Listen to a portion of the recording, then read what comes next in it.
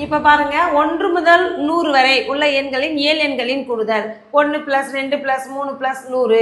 இப்போ கடைசியா இருக்கிற நம்பரை எடுத்துக்கோங்க.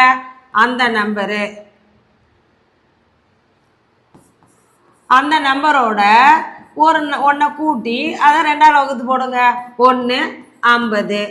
அப்போ 101 50ஆல் பெருக்குனா எவ்வளோ வரும்? 5050. அவ்வளோதான். இது ரொம்ப எவ்வளோ ஈஸி பாரு.